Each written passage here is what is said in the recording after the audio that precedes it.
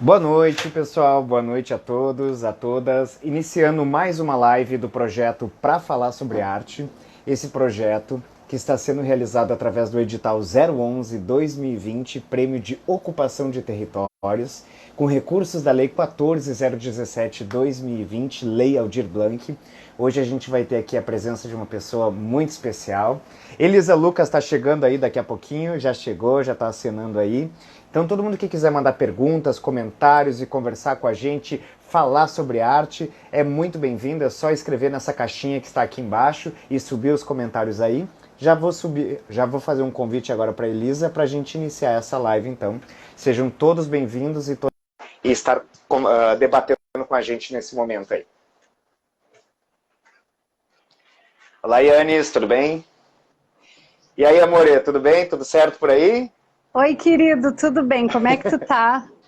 Tudo bem também, só o temporal, né? Loucura, né? Esse temporal aqui em Porto Alegre. Você tá em Porto? Faltou luz aqui em casa e aí deu um tilt, mas já tá tudo sob controle. Tudo resolvido. Artista sempre assim, né? Na loucura vai lá e É, resolve, dá tudo certo no fim. assim, ó, se por acaso eu desaparecer, é porque faltou luz novamente. Eu espero que não. Vai dar tudo certo, vai dar tudo certo. Fica tranquila aí. Eu vou fazer a tua apresentação. Tu já entendeu mais ou menos como é que funciona. É uma conversa super informal, então sinta-se bem à vontade, assim, para falar tudo com as tuas palavras. Não te preocupa com isso. Eu vou trazendo daí o que o pessoal vem comentando, quando tiver algum comentário, alguma coisa aqui, para a gente ir dialogando e conectando essas pessoas junto com a gente nessa conversa, certo?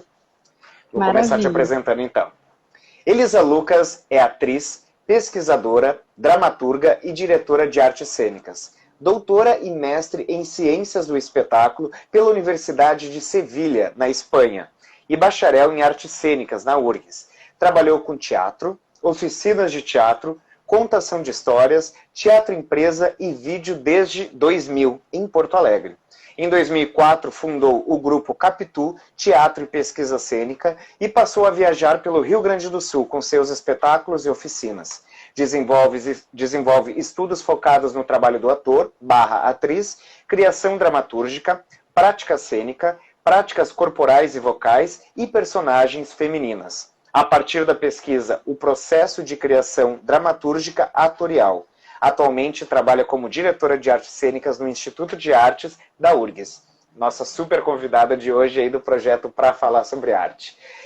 Queria te passar então a bola já para tu te apresentar, alguma coisa que eu não falei aqui, eu tive que dar uma cortadinha do teu imenso currículo, só para as pessoas que estão nos assistindo aí, porque a Elisa é uma grande artista aqui da cidade, então muito legal de fazer esse...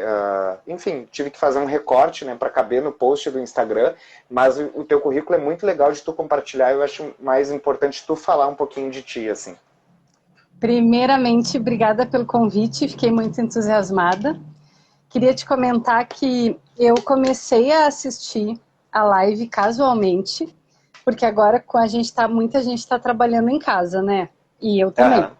E aí, às vezes, eu fico no fluxo e eu tenho almoçado 1h30, 2 horas. Hoje eu almocei 2h30. Porque como a gente trabalha com criação, sabe como é que é, né? Às vezes a gente está super empolgado, seja com texto, com ensaio, com uma cena, e aí, ai, não vou parar agora para não perder o fio da meada. E aí eu vi a live com o Guilherme na semana passada e achei muito bacana a proposta, gostei muito, assim, né? Eu acompanho o teu trabalho na Rococó, vi outras peças com a Suzy dirigindo, gosto muito do teu trabalho e me chamou a atenção, assim, eu digo, olha que legal! E fiquei muito feliz pelo teu convite.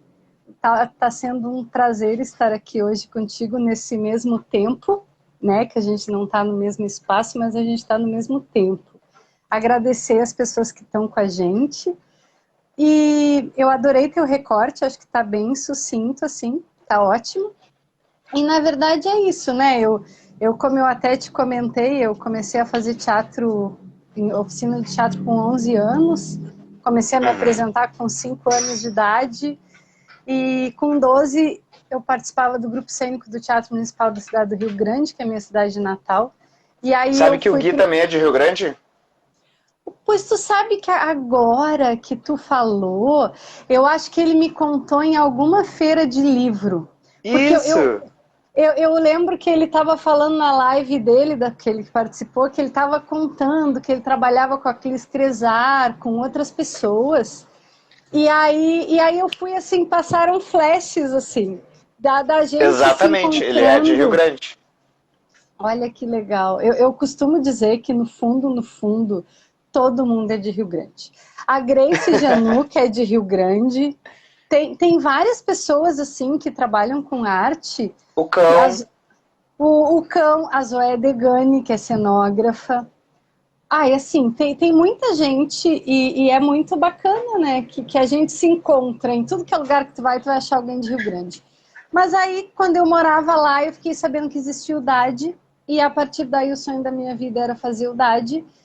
Em 2000 eu terminei o magistério lá em Rio Grande e aprovei na URGS. Então, desde então, eu abracei essa carreira, né? Eu digo que eu me casei com teatro, né? E Oh, desde então eu faço só isso, assim. Durante a graduação eu participei de pesquisa de treinamento de ator com a professora Inês Marocco, e ali eu vi que eu queria trabalhar com pesquisa prática em arte o resto da minha vida. Também colava cartaz, fazia contrarregragem. Essa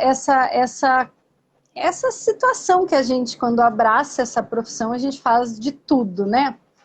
E aí, quando tive a oportunidade, juntei uma grana, fui para a Espanha, aí passei 10 anos indo e voltando, né?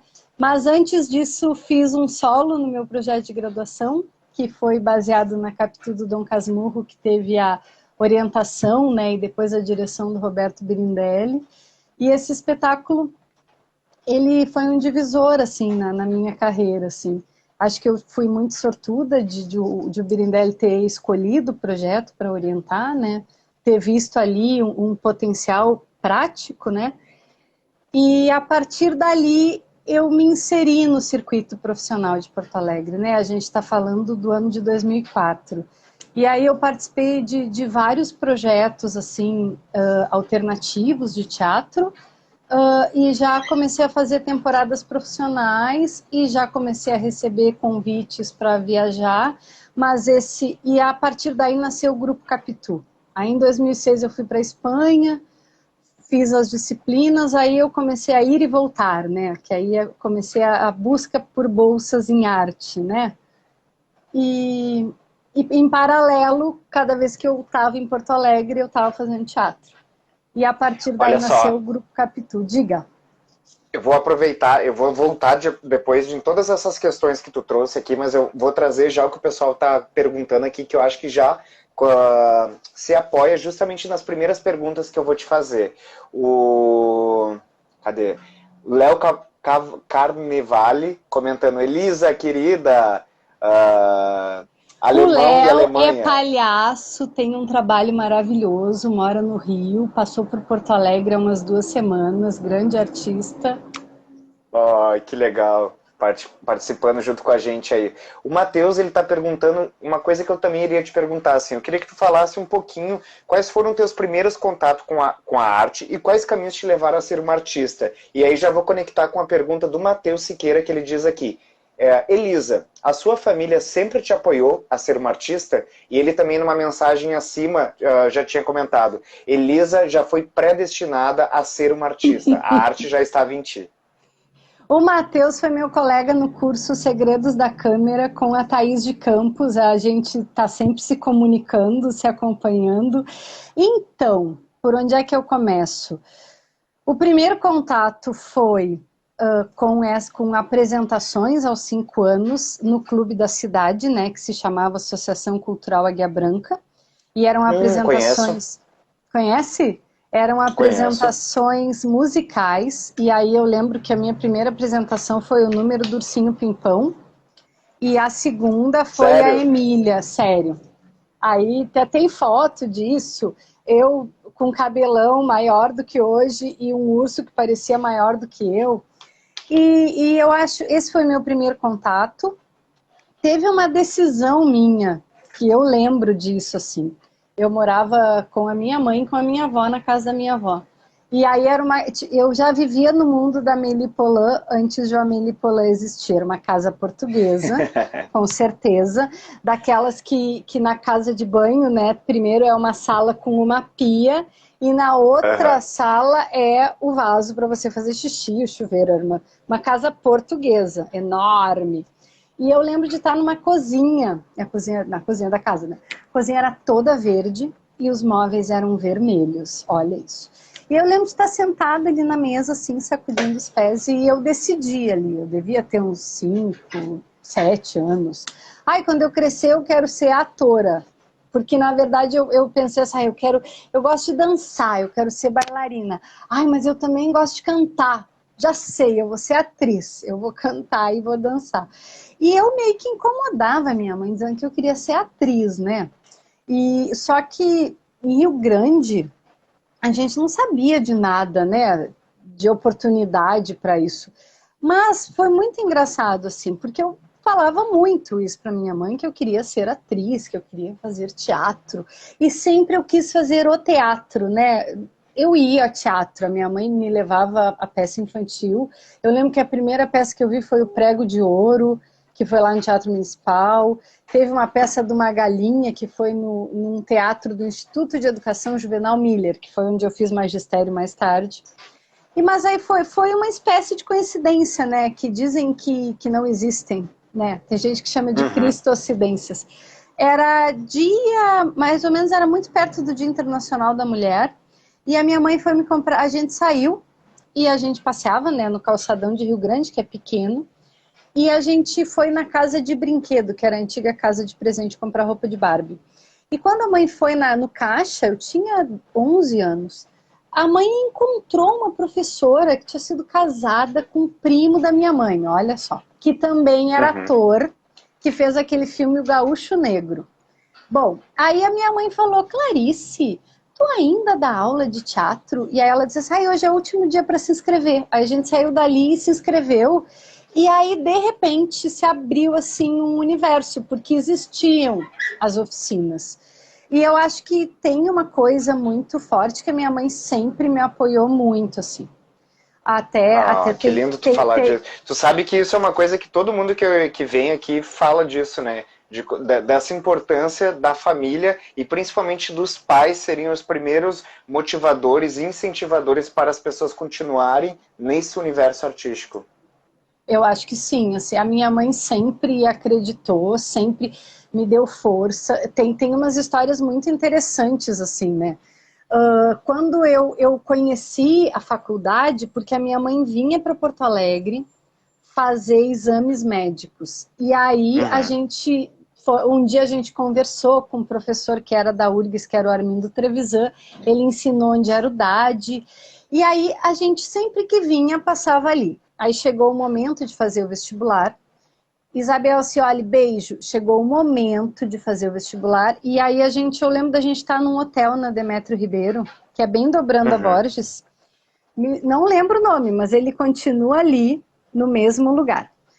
E aí eu lembro que eu estava com o manual do candidato. A gente está falando de 1999, outubro. E aí eu disse assim... Sem internet, era tudo impresso ainda, né? Era tudo impresso. E aí eu lembro que eu disse para minha mãe, né, vou fazer licenciatura para pagar as contas, né? Imagina, eu tinha 17, 16, 17 anos, ou 18 eu acho. E aí a mãe assim, mas tu não quer ser artista? Faz o bacharelado.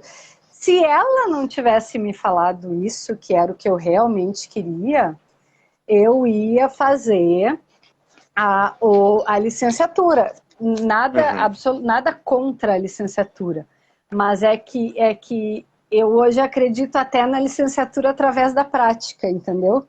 E sou muito grata por ter feito essa opção naquele momento. Hoje eu tenho muita vontade, eu gostaria muito de pedir um reingresso, né, de voltar para fazer licenciatura, porque hoje, a partir das oficinas que eu ministro, eu sinto falta de me debruçar.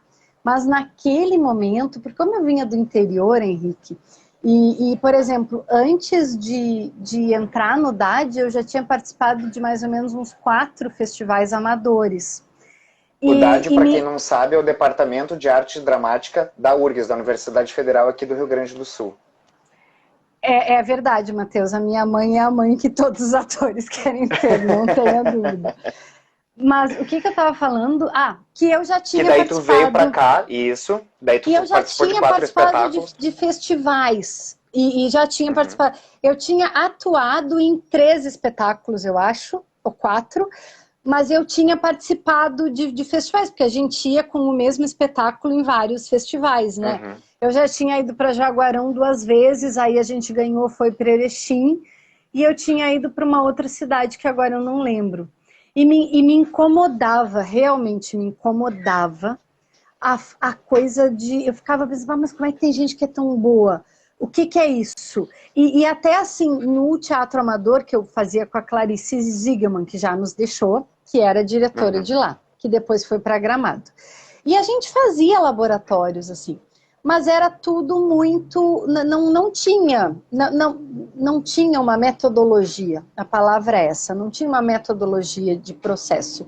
Existiam exercícios pontuais. Aí eu lembro que num desses festivais, em 95, eu fiz uma oficina com o Gilberto Icli, de expressão Uhum. corporal. E ali, assim, eu já... mas que É por aí. interessante.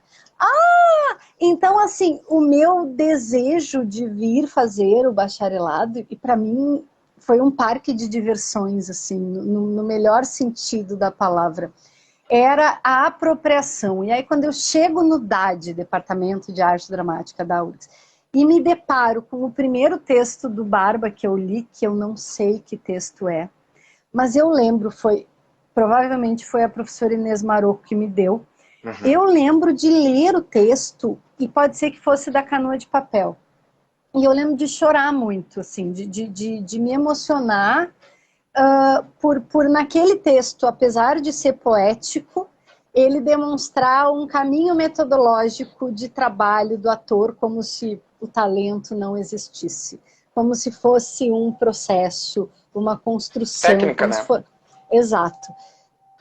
É isso, Isso é respondi? muito legal de tu trazer, com certeza. Isso é muito legal de tu trazer, porque, enfim, eu também sou professor, trabalho muito com oficinas, né? E o que eu falo muito assim para os alunos é que tem um momento que eu acho que o talento ele existe, tá? Que ele pode sim existir, mas a questão da técnica e da continuidade, da vocação, é uma coisa que a gente tem que ter um trabalho contínuo. E É, principalmente de como despertar esses elementos para, por exemplo, assim, quando tu vai fazer uma novela, por exemplo, né? Existem técnicas e recursos que a pessoa tem que saber para poder fazer aquela atuação que é para as câmeras. E no teatro, como a gente repete o espetáculo várias e várias vezes, o público sempre se difere. Como que eu vou ter aquela emoção em todas as apresentações? De não ser somente uma coisa que eu vou evocar para uma apresentação apenas. Então é muito nesse lugar de entendimento da técnica. E a técnica ela tem que estar assim aliada ao trabalho do ator. E eu estava lendo aqui no teu currículo e principalmente na tua parte de pesquisa que tu desenvolve aqui na URGS, justamente sobre isso, né? Sobre esse tipo de processo de técnicas e tanto de evocação corporal quanto de evocação vocal. E eu queria que tu falasse também um pouquinho desse lugar aí, desse desenvolvimento desse projeto que tu está fazendo. então, deixa só eu me contrapor a ti. Tá, eu estou num momento pessoal que eu entendi que a gente pode se contrapor ao Com outro, certeza. e de uma maneira saudável, certo? Não consigo acreditar em talento. Não gosto de usar a palavra talento. Uhum. Não aceito. Tipo assim, respeito, mas não aceito. Porque eu acho que usar a palavra talento, ela pode nos deixar num pedestal, e Sim, quando entendo o que tu chegar nos fala. Uhum. momentos de novas buscas, tu não vai ter força. Então, eu sou muito contra o talento, tá? Nada, te amo, mas sou contra. Por que eu tô te Não, mas falando isso? eu falei, a gente está falando a mesma coisa, tem, por exemplo, assim, o talento, ele é o primeiro dispositivo que faz a gente ir em busca de algo, e a gente só se sustenta e a gente só se mantém naquilo através de uma vocação e de técnica, porque não adianta a gente ter talento se a gente não desenvolve aquilo, porque, por exemplo, assim, Exatamente. quando a oportunidade chega, se a gente não tem preparo para lidar com tudo aquilo, a gente desmorona. E por mais que a gente seja um talento, uma pessoa com uma mega articulação para o desenvolvimento daquilo, se a gente não tem estrutura para lidar com aquela relação, a gente não sustenta. E eu tô falando a mesma coisa que isso, sim, na verdade vai ser um conjunto de ferramentas, né, Henrique? Uhum. E aí tem muitas pessoas da linha da pedagogia que não gostam, né, nem da palavra ferramenta, nem da palavra transmissão. E o Barba, ele trabalha muito com a ideia de transmissão. E deixa eu não perder o meu fio da meada. São ferramentas são processos que a gente vai... É como se fossem as camadas da cebola, entendeu? Sim. São muitas camadas. Que eu acho que a primeira coisa é a gente ter uma base, né? Que o Barba vai chamar da presença cênica. Que seriam vamos dizer que vão ser um conjunto de elementos, e aí eu já estou me introduzindo na pesquisa que eu desenvolvo. Hoje eu trabalho com a pesquisa que se chama Práticas Corporais e Vocais para Potencializar a Presença Cênica a partir do processo de criação dramatúrgica atorial. Eu peço desculpa por esse nome longo, mas ele se justifica. A gente está falando de princípios para você estar em cena, só que muitas vezes você vai praticar esses princípios durante um longo tempo, até que esses princípios façam parte da sua pele, que é o que o Eugênio Barba vai chamar de segunda natureza. Uhum. E eu costumo dizer muito para quem faz oficina comigo, quando eu participo de evento, e até nos congressos que eu participo, que existe essa caminhada de a gente estar sempre experimentando técnicas, e vai ter um momento que a técnica é tirar todas as técnicas. Eu separei uns livrinhos aqui, né, que eu vi as tuas lives, eu vi de lá, ele vai perguntar as referências, aí eu separei hoje só livros de mulheres. Aqui é assim, e nem exagerei, porque eu queria fazer uma lista enorme, não, vamos sintetizar. Se o mundo acabasse hoje, o que você levaria? Tô bem nesse nível, Maribel. Mas aqui a gente tem o Rastros, da Roberta Carreri. Uhum. Eu tenho uma relação de amor com esse livro, porque eu li ele em espanhol, li ele em inglês, usei ele na minha tese, e eu acho que é uma das primeiras referências do meu trabalho de atriz, que quem me apresentou foi a Gisela Beischi, que é uma professora do Departamento de Arte Dramática da URGS, que ela apresentou o DVD, que eu acho que é o Eijas em la Neve, né? Rastros na Neve, onde foi a primeira demonstração de trabalho do Odin Theatre, e aí tem uma coisa muito... Isso tudo já estou introduzindo nos referenciais da pesquisa que eu desenvolvo, né? É muito interessante, a Júlia o Odin Theatre é um grupo que existe há 60 anos, formado pelo Eugênio Barba, que tem 84 anos, eu fiz curso com ele em 2019, e nós fazíamos Tai Chi Chuan às 6 horas da manhã todos os dias. Eu chorei vários momentos do curso, porque para mim ele é uma lenda viva, de uma maneira assim muito potente.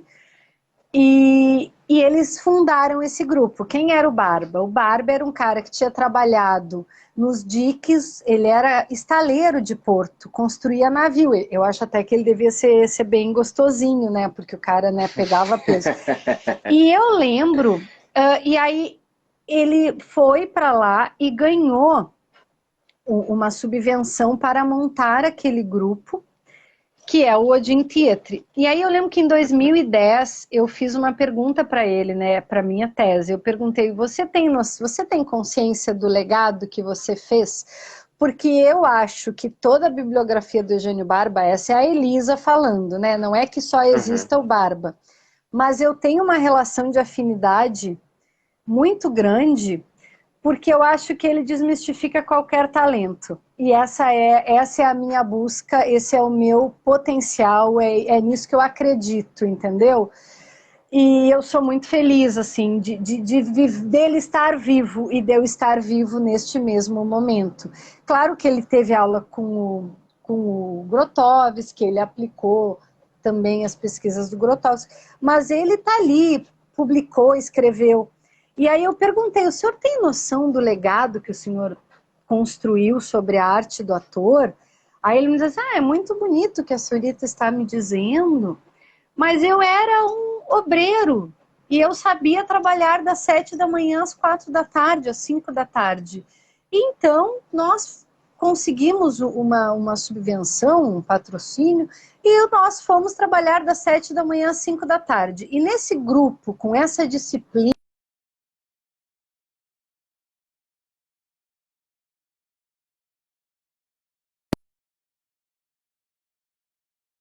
Henrique, você tá aí? Não sei o que aconteceu aqui, tô aqui, tô aqui. Tá. Não sei o que aconteceu, deu uma pausa aqui no meu... Eu também, pois é. Você tá me ouvindo?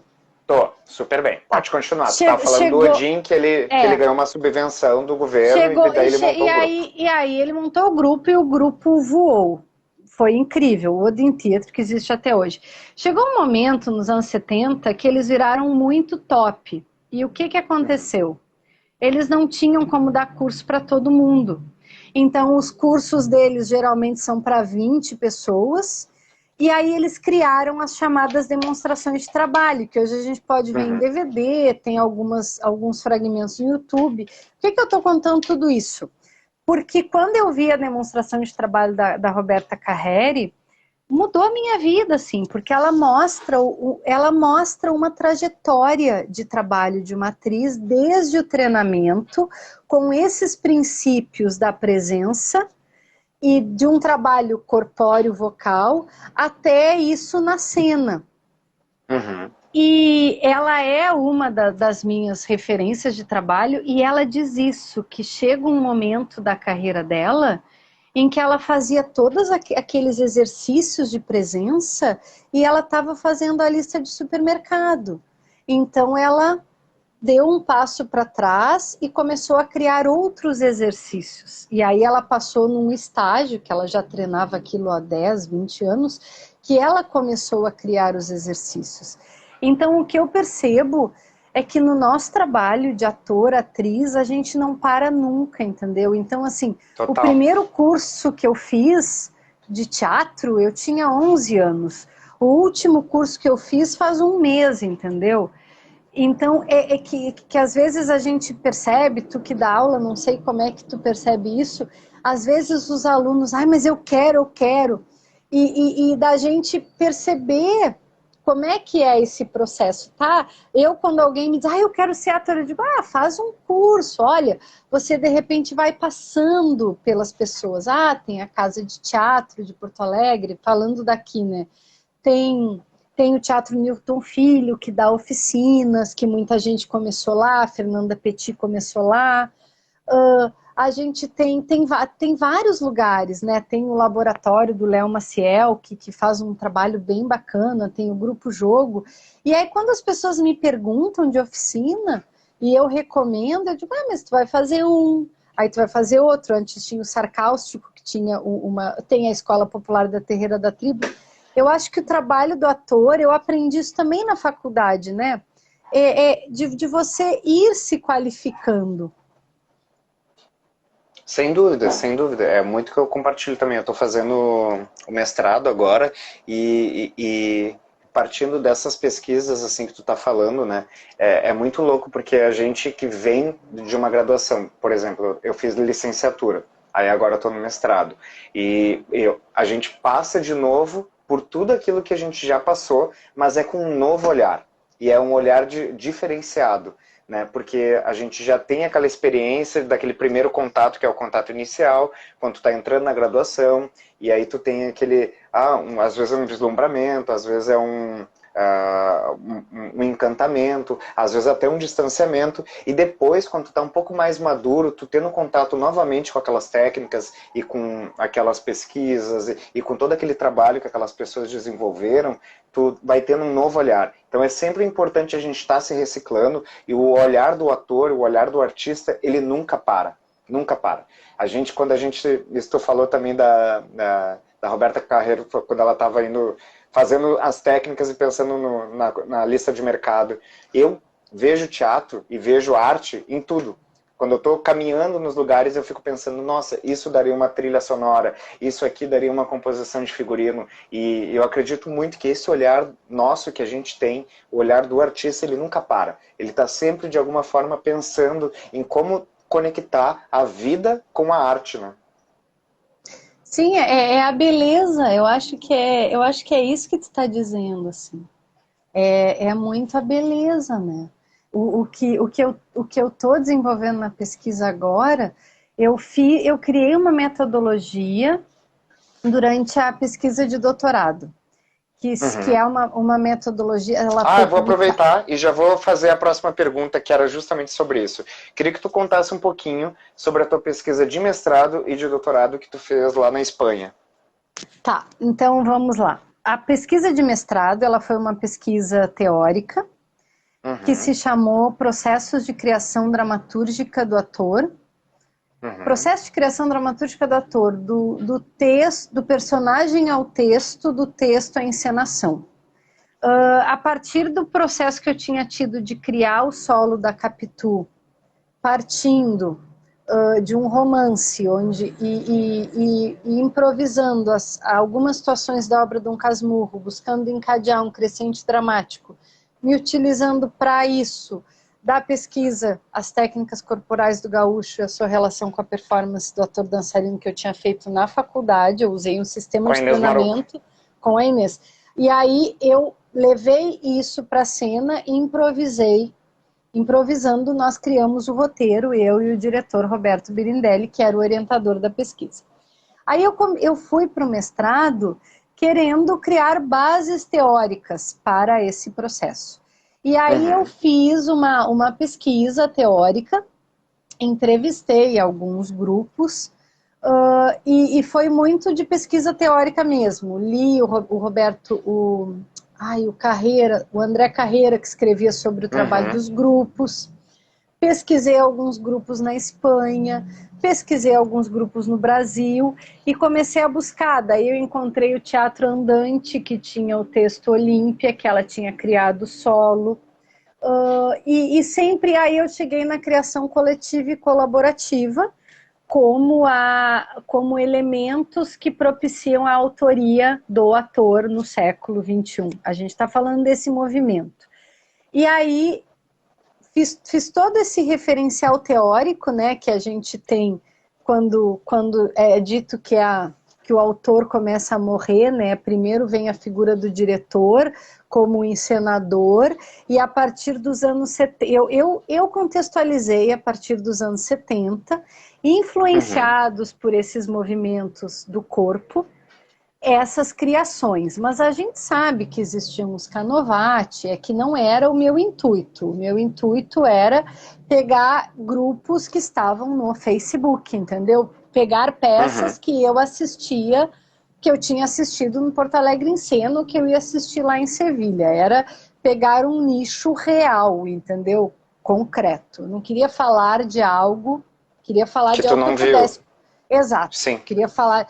E até por isso que existia essa vontade latente, assim, de trabalhar com o Barba, que depois eu realizei em 2019. E com a Júlia.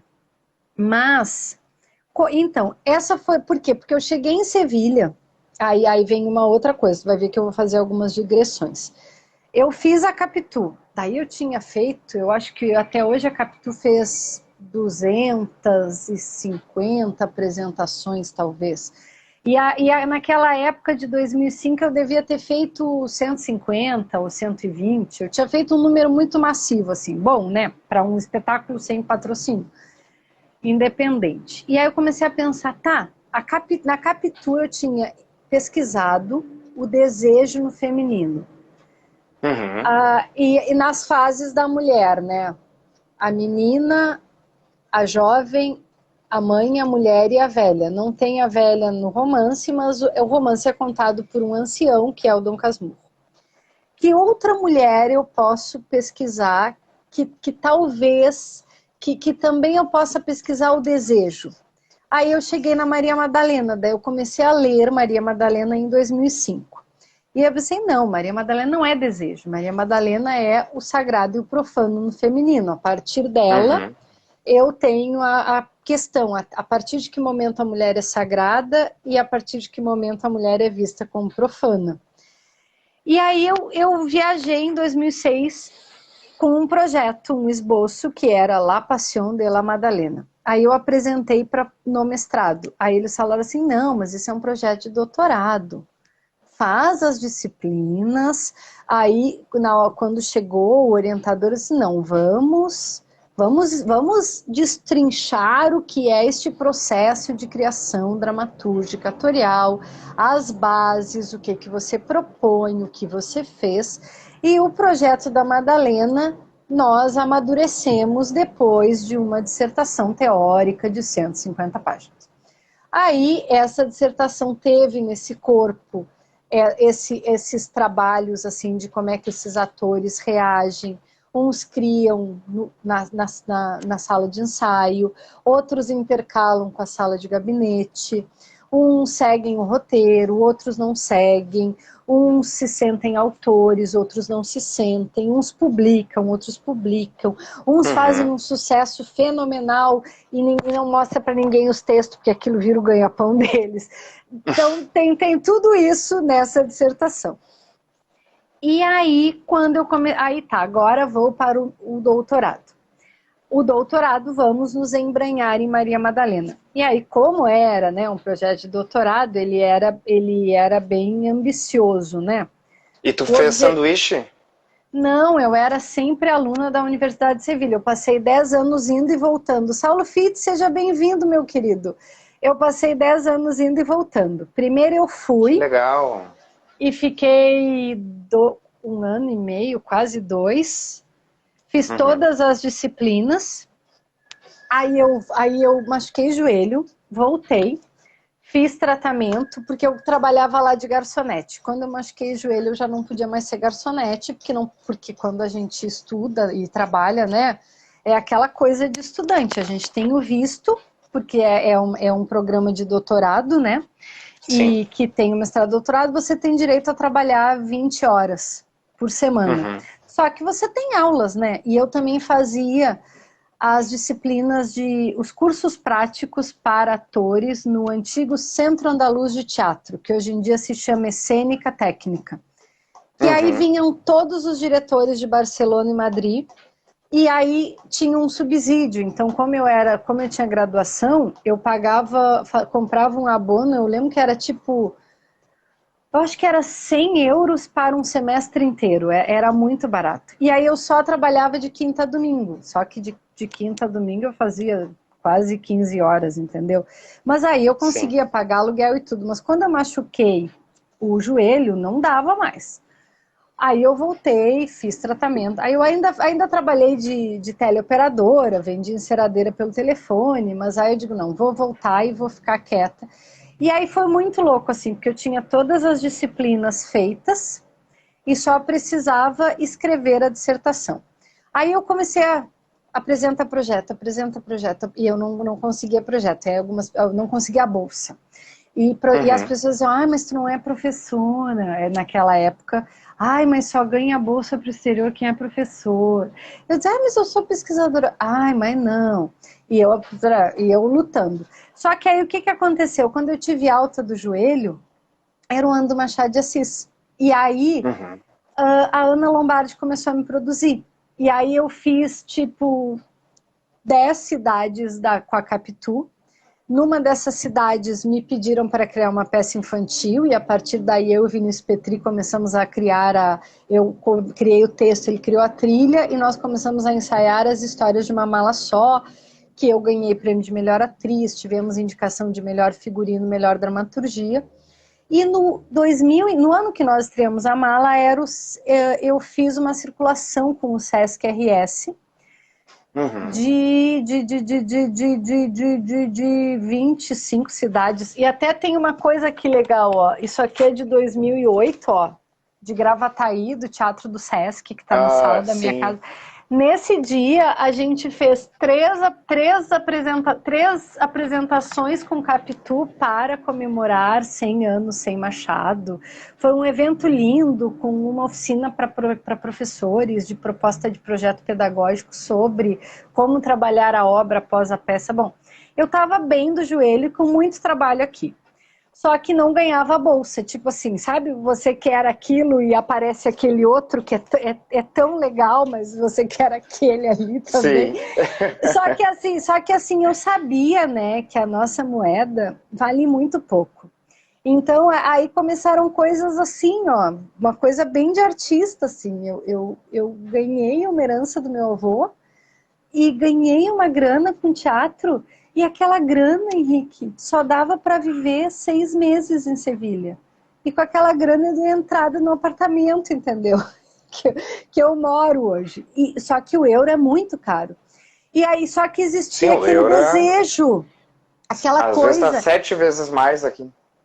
E aí, e o meu professor dizia, fica tranquila, você tem um prazo, você ainda tem tempo.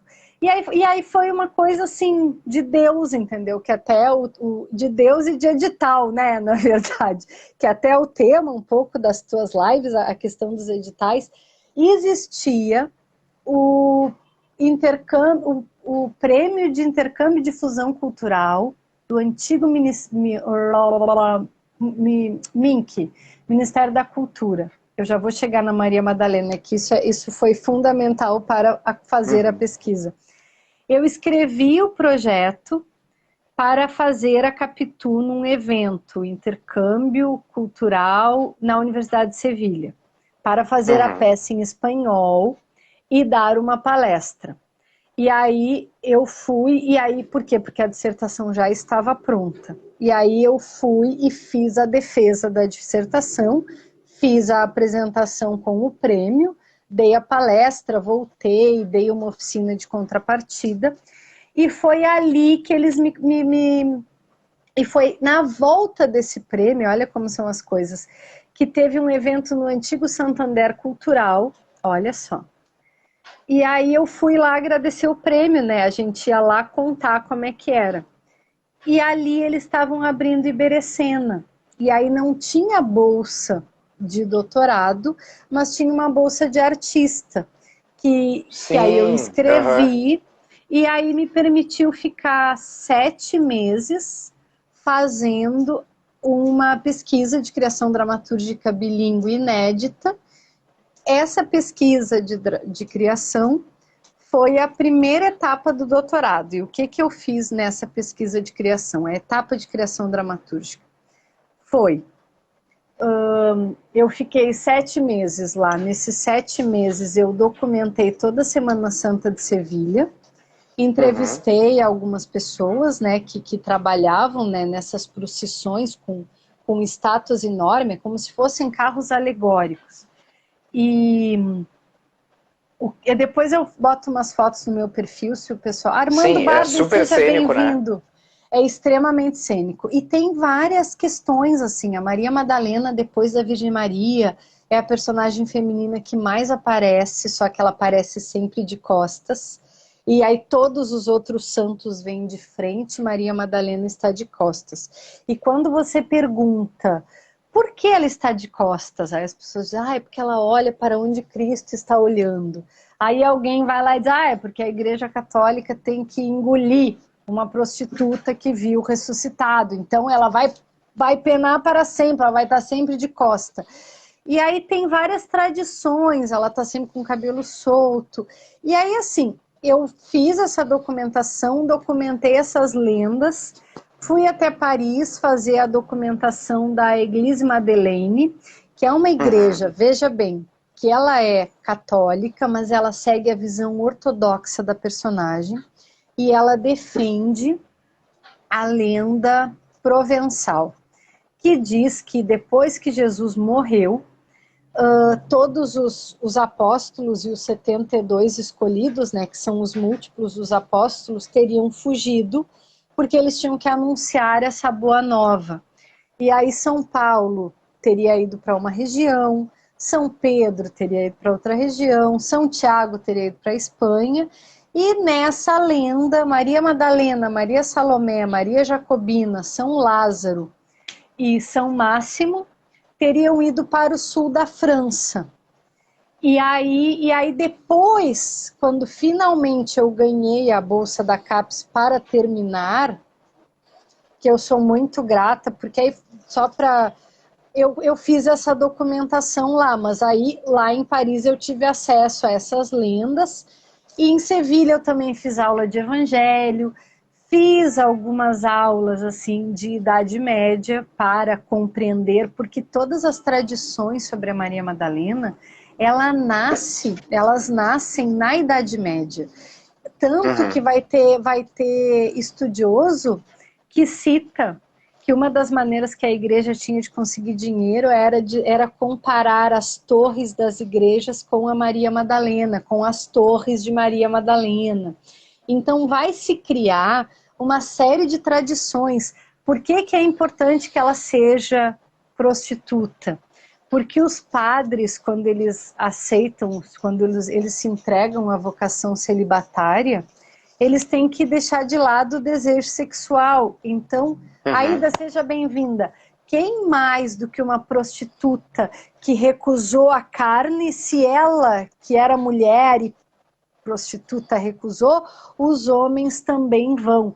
Porque aí ela se tornava um ícone de exemplo para os homens. E ela vai ser uma espécie de ídolo assim para as mulheres francesas, uma grande influenciadora, né? Uma grande... As francesas são devotas dela, e os reis, tanto que em vários lugares desse caminho da Provença, que segundo o caminho é assim: existe registro histórico que no século I depois de Cristo existiam batôs que fazia Oriente Médio, onde estava o Jesus Cristo, né? Jerusalém, Saint-Marie-de-la-Mer, que é um pequeno porto na região de Camargue, e nessa região que eles teriam atracado. E aí, segundo a lenda, São Lázaro e Maria Madalena teriam ido para Marseille. As três Marias, Maria Jacobina, Maria Salomé e Santa Sara, teriam ficado nesse porto, e onde foi criado um oratório em honra a Nossa Senhora, que depois vai ser povoado pelos ciganos e que vai eclodir enquanto cidade graças às lendas da Santa Sara. E a Maria Madalena e a Santa Marta vai para Tarascon, onde ela vai viver a lenda que é contra o dragão. Aí cada um deles vai ter lendas específicas. A Maria Madalena em Marseille vai realizar uma série de milagres relacionados à fecundidade e volta, e aí ela fica um tempo, aí ela vai para Saint-Baume, que é considerado a Rocha da Misericórdia, onde ela teria ficado, segundo a lenda, dentro de uma rocha, e 3 ou 6 vezes ao dia os anjos a sobem, e ela acende e se alimenta por anjos, até que ela morre, e aí ela vai até São Máximo e morre.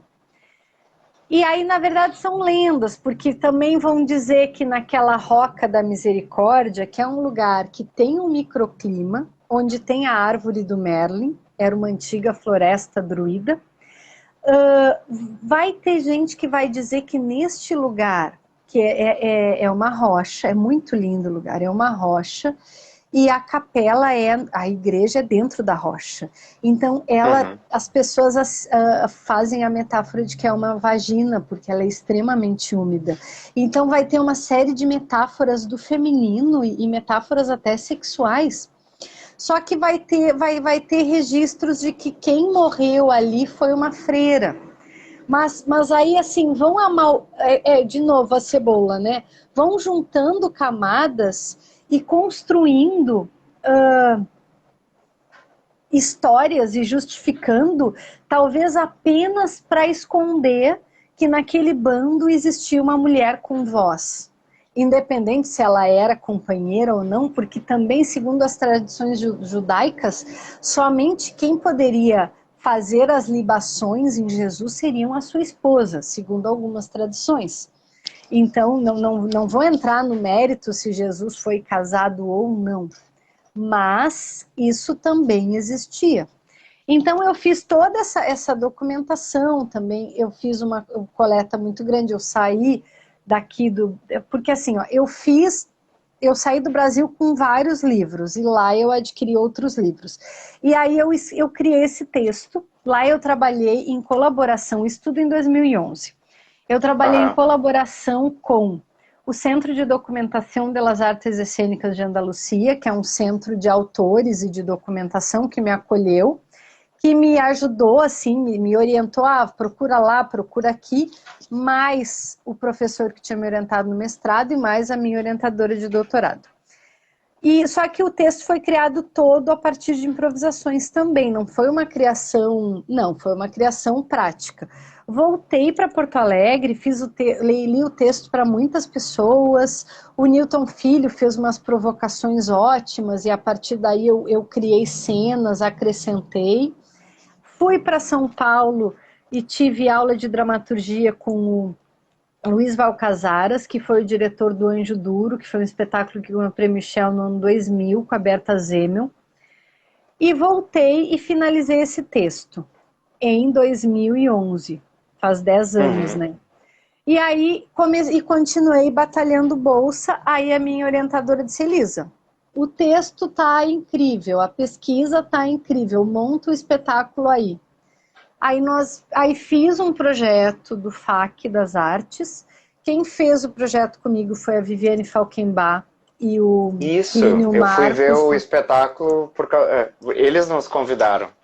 Olha, então, e assim, eles foram muito legais, assim, porque eles me ajudaram, a gente fez o projeto juntos, assim, porque tem essa dificuldade, porque assim, eu sou muito do estudo, da pesquisa, e até tenho as idealizações para os projetos, mas toda essa parte administrativa, eu funciono muito bem coordenando, mas eu sou uma só, e o projeto foi um projeto, assim, que também foi bem intenso. Aí ganhamos o FAC das Artes, foi aí assim, aquela pesquisa de dramaturgia, primeiro livro, o texto foi convidado para integrar uma antologia de dramaturgia ibero-americana representando o Brasil, o livro tá, depois eu até posso pegar o livro, e aí é o texto que representa o Brasil, foi publicado em 2012. O projeto previa aquele texto criado a partir...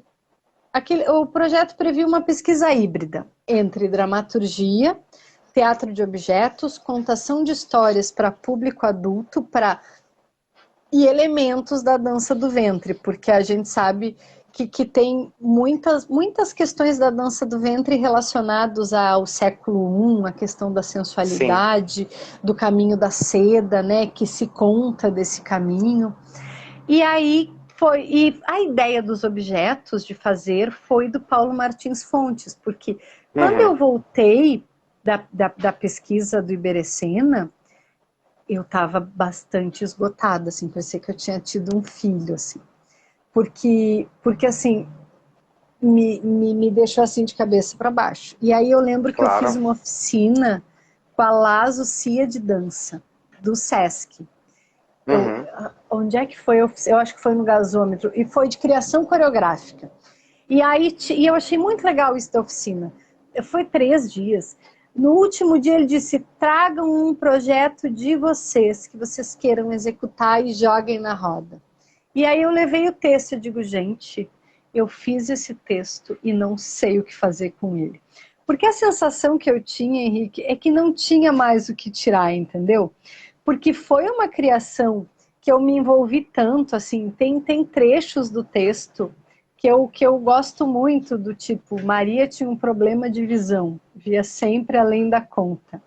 Enxergava coisas que ninguém mais via. A primeira coisa estranha que ela viu foi o demônio, quando tinha 7 anos. Então, assim, tem umas coisas poéticas de que é preciso cedo aprender o que deveria se calar para poder sair de casa, porque ela tinha visões. foi uma coisa que eu gostei tanto de fazer, mas que eu disse, tá, e agora o que eu faço com isso? E eu não queria fazer uma peça com uma cadeira, sabe? E eu adoro peça, sabe? Assim, eu queria alguma coisa que me desafiasse, né? E aí o Paulo viu ele assim, Elisa, vamos contar essa história com perfumes e com objetos sagrados e com objetos do universo feminino. E aí o Paulo tem uma criatividade máquina, né? É uma coisa assim incrível o É trabalho do incrível Paulo o trabalho Martins. deles também, né? É. E aí ganhamos o FAC, e aí eu e o Paulo foi muito legal, assim, porque nós trabalhamos de outubro a janeiro, disciplina, de segunda a sexta, da Foi só o uma, Paulo? Não, aí é que tá. Foi o Paulo e a Débora Finocchiaro. O Paulo Ah, fez a direção de teatro de objetos e a concepção. Rodrigo Marques, querido! E a Débora fez a direção de atuação. E foi muito louco isso, pensando bem na questão funcional mesmo, Henrique, que a gente construiu um esqueleto. E aí, isso aí está em artigos, se quiser eu posso te mandar o artigo depois também. Quando a Débora entrou, ai, querido, saudade tua. Quando beijo, a, lindão. quando a Débora entrou, ela focou na questão da atuação, dos tempos, na questão das provocações, na questão. Eu lembro muito que ela trabalha com um conceito que é a Gestalt da palavra, que ela trabalha muito na contação de histórias. É você dar a forma no texto, você dar a forma, por exemplo, frio, longe. E aí a gente foi introduzindo essas sutilezas naquele texto. E também trabalhando de uma maneira bastante marcada as diferenças quando era essa narradora e quando era essa Maria A personagem. Madalena, a personagem, e como é que é, tipo assim, essa pessoa que vê coisas, ela se acha uma louca, então não quer mais ver, sabe? Para, eu não quero mais. E essa coisa, esse nervoso aqui de, sabe, meu pai, sabe? E aí depois aquela narradora que como é que é o texto do a narradora que vem com um objeto, em cada objeto construído, além da sua função. Existe uma história a ser desvendada, de trabalhar as diferenças, de como é que é essa mulher que viu esse ressuscitado. Mas, assim, foi um trabalho muito bacana e eu acho que dá para dizer que ele foi muito de fora para dentro, assim, eu não falo de uma maneira negativa, mas eu falo que foi muito matemático, assim, sabe? Foi uma experiência muito, muito, muito grandiosa, e tanto o trabalho da, gente, a Andréa Macera, a palhaça, socorro, sou tua fã! Tanto a questão da técnica do teatro de objetos. André Macera, quero muito que tu veja as contradições de Eva. Porfa, depois eu quero que tu me conte o que tu achou. Quanto a questão da atuação, entendeu? E é um trabalho que, enfim, teve essa pesquisa, né? A Débora entrou em janeiro e aí trabalhou comigo e a partir de... E aí o espetáculo estreou em maio. A partir de janeiro eu já fiquei trabalhando com os dois e a gente muito uma troca, uma generosidade muito grande. O projeto teve ações na Universidade Federal de Pelotas. O projeto teve uma oficina, teve uma leitura cênica, teve uma pré-estreia na Casa de Cultura Mário Quintana.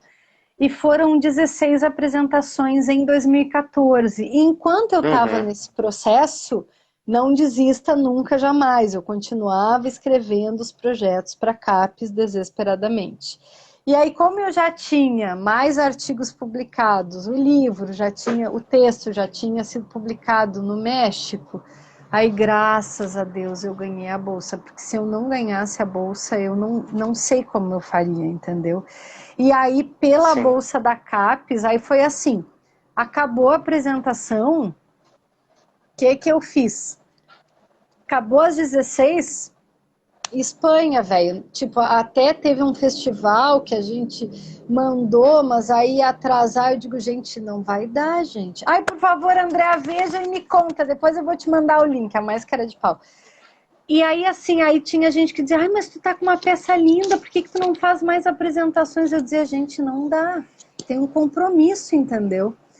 E aí, senta na mesa e escreve 400 páginas. Aí o que eu fiz com a bolsa, né? Para que foi a bolsa?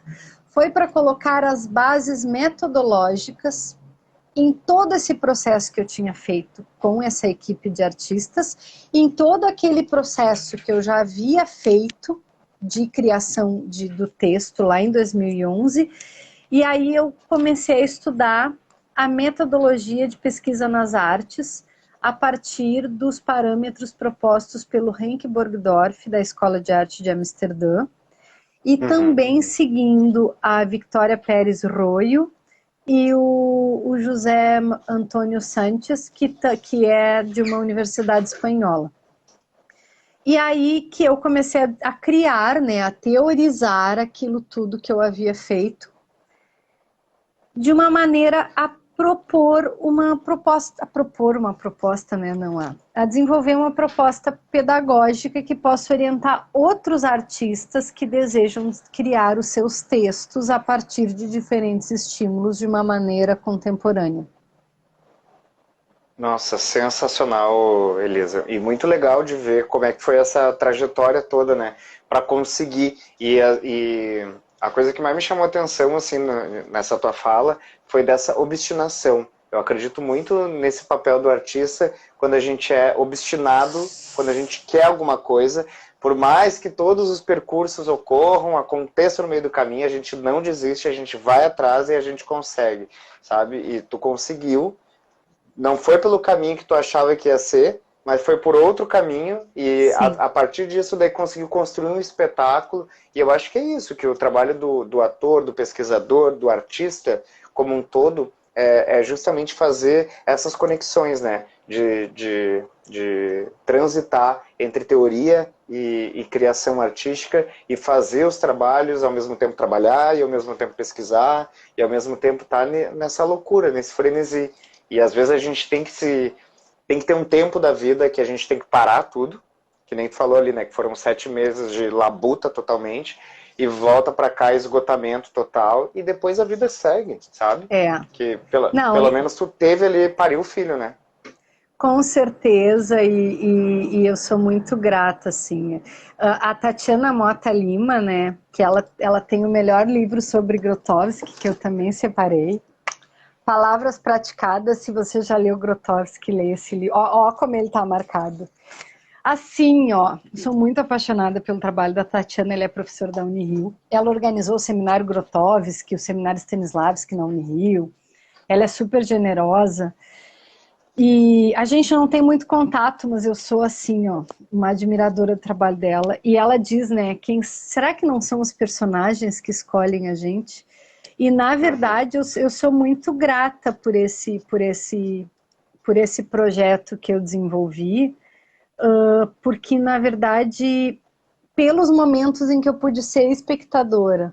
Pode parecer bem estranho eu falar isso. Ai, mas ela faz o solo da Maria Madalena e ela é toda metida e quer fazer tudo sozinha. Não, mas essa possibilidade, assim, eu vi o esqueleto que supostamente foi da Maria Madalena, entrevistar um secretário português de uma igreja francesa e ele olhar para mim assim e dizer assim, você não conhece a lenda? Eu disse, não conheço a lenda. Claro que ele falou isso com sotaque português, né? Mas eu não sei fazer o sotaque, então não vou fazer. Ele assim, e Mas ele nunca assim, ouviste falar sobre lenda? aí ele disse assim para mim, segundo a lenda, então, segundo a visão ortodoxa, o cristianismo entrou na Europa através da Maria Madalena. E se você é descendente de portugueses, a gente pode dizer, ou ousar dizer, que você teve acesso ao cristianismo através de uma mulher. Porque, na verdade, era muito importante para mim fazer essa pesquisa lá, porque Sevilha tem uma igreja em cada esquina. Uhum. Sevilha viveu a Inquisição. Sevilha viveu uma catedral que levou 200 anos para ser construída, que começou árabe, depois virou católica, depois voltou a ser árabe, depois virou católica. Não tem como pesquisar Maria Madalena no Brasil, com todo respeito, tá entendendo? A gente tem o candomblé, a gente tem uma série de tradições, mas a herança e a riqueza, e a gente está falando assim, vou te dar um exemplo assim, até já vou convidar quem está assistindo, quiser depois entrar ali na minha bio, cliquem na minha bio, vocês vão descendo, tem um Linktree, Elisa Lucas, desce, tem um capítulo de um livro que eu escrevi em conjunto, né, são vários capítulos, e o capítulo que eu escrevi é um livro da PUC, Maria Madalena, diversos olhares, diversos pontos de vistas, alguma coisa assim. E o capítulo que eu escrevi é um pouco dessas tradições. E só para concluir, Henrique, deixa eu te contar uma coisa. Tu sabe que as pessoas associam que Maria Madalena é prostituta. Isso aí, até aí, estamos falando a mesma língua. Tá me acompanhando, né? Pois Tá no veja imaginário bem. popular isso. Tá, a questão é... Agora a gente vai falar de dramaturgia. Este imaginário popular, ele pega uma outra figura, agiográfica, né, uma outra santa, que realmente foi prostituta, que é a Santa Maria Egipciaca. Agora, contextualizando, estamos na Idade Média, precisamos criar um imaginário para Maria Madalena. Precisamos criar um bode expiatório. Precisamos construir um candidato a presidente da República. A fake news. Exato, exato. O que eles fizeram? Eles pegaram a história da Santa Maria Egipciaca. Quem é a Santa Maria Egipciaca?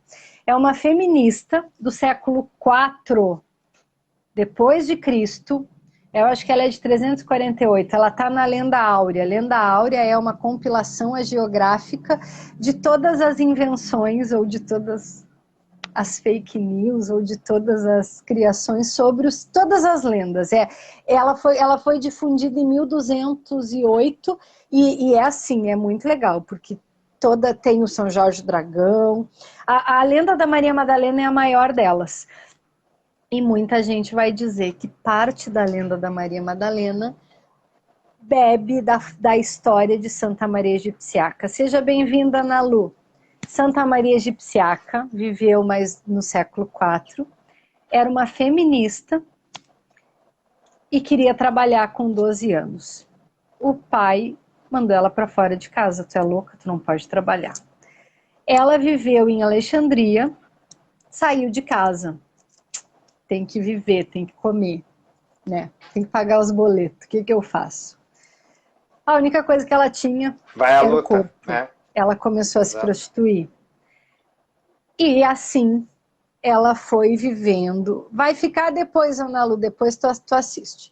Ela vai vivendo e se prostituindo. Até que ela está em algum lugar e passa uma caravana para adorar a Santa Cruz.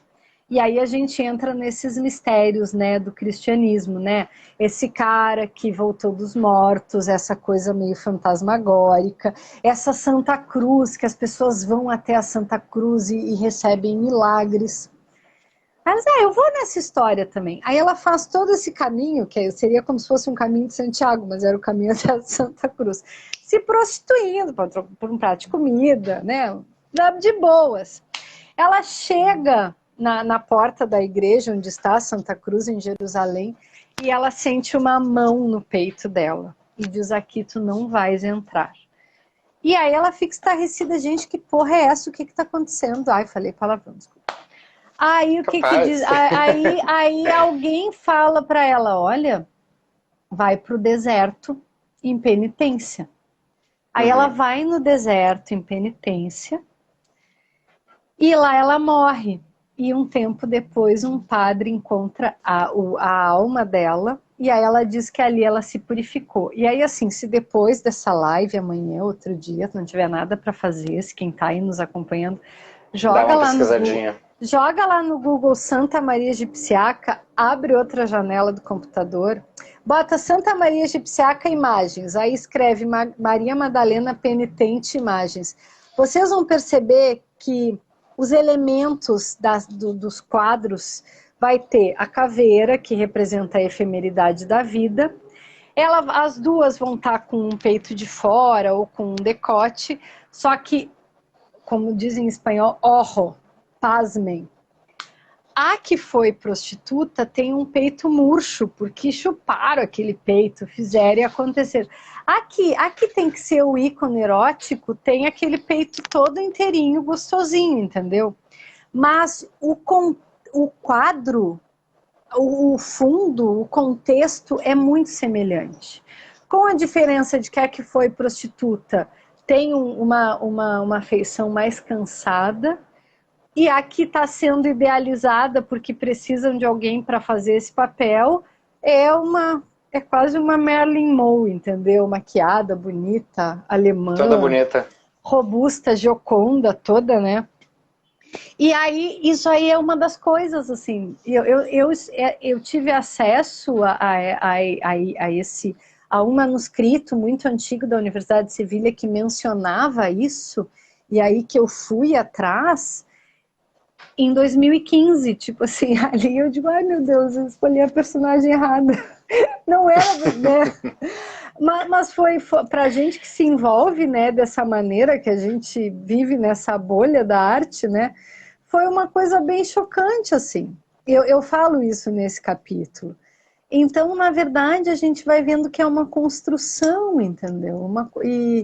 E muito cuidado com o que dizem de qualquer pessoa, né? Tanto de quem está vivo quanto de quem já se foi, assim. Exatamente. Abore, quero te agradecer muito. A gente já está chegando ao fim dessa live. Muito obrigado mesmo por ter aceito esse convite. Obrigado a todas as pessoas que estiveram aqui. Vou falar só sobre o edital e já vou te passar a palavra final aí para agradecer as pessoas que estiveram aqui com a gente. Esse projeto está sendo realizado através do edital 011-2020, Prêmio de Ocupação de Territórios, através da Lei 14.017-2020, Lei Aldir Blanc, no município de Gravataí. Quero te agradecer do fundo do coração por contar todas essas histórias. A gente vai ter que marcar mais lives, porque, enfim, tu é uma contadora de histórias nata, né? E é muito bonito de te ver contando. Tu tem esse processo da oralitura muito presente em ti. Quando tu começa a contar uma história, é muito bonito que tu vai nos conduzindo por esse percurso e é muito bonito te ouvir falar, principalmente das tuas histórias de vivências e das histórias que tu pesquisou. Então te agradeço muito por compartilhar esses momentos junto com a gente aqui nessa live e todas as pessoas que estiveram aqui, entraram, saíram, comentaram. Muito bacana a gente ter bastante pessoas aqui compartilhando esses momentos junto com a gente também. Obrigada, Henrique. Obrigada para quem esteve com a gente. Ana Lu, maravilhosa. Um beijo. Obrigada, gente. Parabéns, Gravataí, por ser essa cidade cultural. Adoro essa feira de livro, adoro o quiosque da cultura, adoro o Teatro do Sesc de vocês. É sempre um prazer estar nessa cidade. Parabéns e parabéns, Henrique, por essas conversas tão agradáveis e tão necessárias e por a gente estar podendo trocar um pouquinho. Foi um prazer. Muito obrigada. Oh, eu que agradeço. Beijo. Beijo no teu coração aí. Beijo Tchau, gente. grande. Obrigado. Obrigada.